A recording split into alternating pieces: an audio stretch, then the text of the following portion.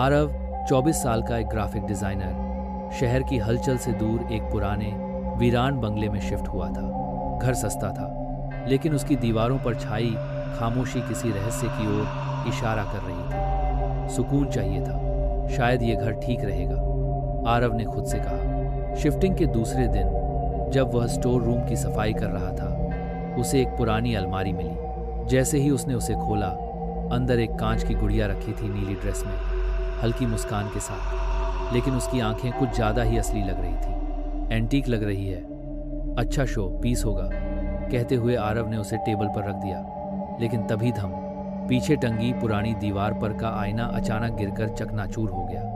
आरव चौंका, लेकिन खुद को समझाया हवा रही होगी। आरव गहरी नींद में था। धीरे से दरवाजा खुलता है, कमरे में ठंडी हवा घुसती है और गुड़िया गायब हो जाती है।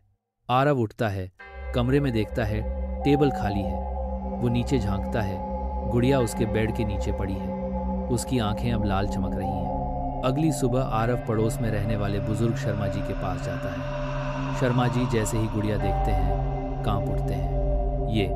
ये रागिनी की गुड़िया है, वो फुसफुसाते हैं। रागिनी उस घर में रहने वाली लड़की थी जो कुछ साल पहले रहस्यमयी तरीके से गायब हो गई थी। कहा जाता है कि उसकी आत्मा इस गुड़िया में समा चुकी है और जो भी इसे छूता है, रागिनी उसे अपने साथ ले जाती है। आरव डरकर उसी रात गुड़िया को घर से बाहर फेंक देता है, लेकिन अगली सुबह गुड़िया फिर से टेबल पर रखी मिलती है। इस बार उसकी मुस्कान थोड़ी लंबी लग रही थी। उसी रात आरव को एक सपना आता है।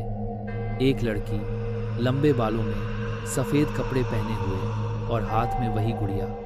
तुमने उसे क्यों फेंका, आरव?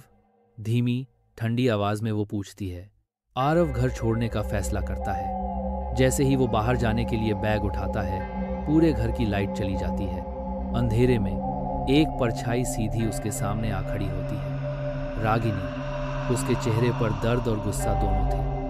अब तुम मेरे हो, वो कहती है, और फिर सब काला हो जाता है। 3 दिन बाद एक नया किराएदार नील वही घर देखने आता है।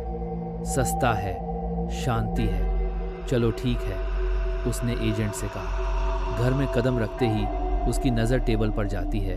वहाँ वही कांच की गुड़िया रखी है, लेकिन अब उसके चेहरे पर आरव का चश्मा है। उसकी मुस्कान और ज्यादा गहरी है, मानो कोई नकली चेहरा ओढ़ रखा हो। नील चौंकता है। क्या ये गुड़िया अभी हिली थी? कुछ गुड़ियाएं सिर्फ खेलने के लिए नहीं होती, कुछ खुद खेलती हैं। अगला नंबर शायद तुम्हारा हो। अगर आपको ये कहानी पसंद आई हो तो लाइक करें, कमेंट करें, सब्सक्राइब करें और हाँ, शेयर ज़रूर करना, वरना अगली बार गुड़िया आपके घर में हो सकती है।